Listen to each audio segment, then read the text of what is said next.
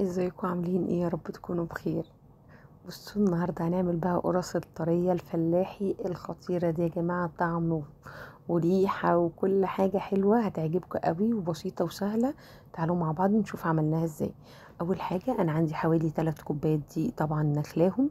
عندي كيس خميره، معلقه سكر كبيره، نص معلقه صغيره بيكنج باودر، رشه الملح بتاعتي. ونبدأ بقى نقلب المواد الجافة دي كلها كويس جدا مع بعض كده. بصوا سهلة وبسيطة ومش هتاخد مننا وقت خالص. عندي بقى نص كوباية سمنة بلدي. انا يعني مش حاطة نص الكوباية كلها، يعني اقل من نص بحاجة بسيطة كده وكملتها زيت. نبدأ بقى نعمل الدقيق كله كده لحد ما يتشرب السمنة كويس جدا، نقلبه كويس جدا لحد ما يبدأ يتشرب السمنة بتاعتي. عندي كوباية لبن دافية، من كوباية الا ربع الكوباية. انا هبدأ اعجن، يعني هنزل لبن، مش هنزله كل مرة واحدة، هنزل بالتدريج كده حبة حبة لحد ما احس العجينة بتاعتي خلاص بدأت تلم معايا وخدت اللبن اللي هي محتاجاه. نبدأ بقى نعجن كويس كده حوالي 5 دقايق.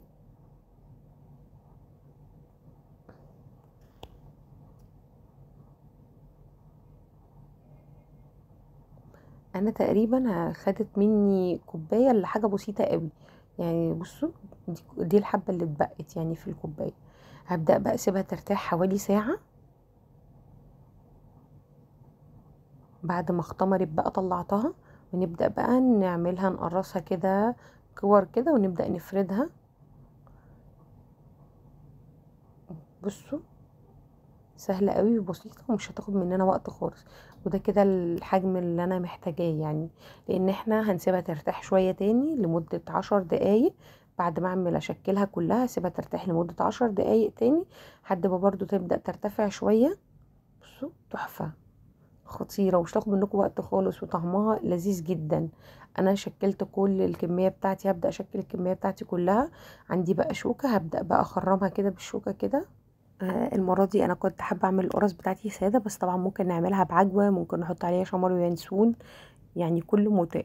الفرن طبعا بتاعتي مشغلاها قبل ما ابدأ ادخلها الفرن تقريبا بحوالي 10 دقايق. هبقى مشغلاها على درجة حرارة 200. سهل جدا وبسيط مش هياخد منكم وقت خالص. انا كده عملت الكمية بتاعتي. عندي بقى لو عندي بخاخ مية بقى، هبدأ ارشها بالبخاخ المية قبل ما ادخلها الفرن كده عشان تاخد لون حلو قوي معايا، لون دهبي حلو.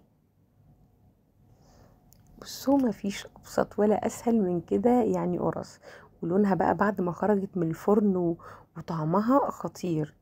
حلوة قوي يا جماعة، لازم الوصفة دي تجربوها، ومستنية طبعا رأيكم ومستنية كومنتاتكم. ونتقابل ان شاء الله في فيديو جديد. بصوا خطيرة.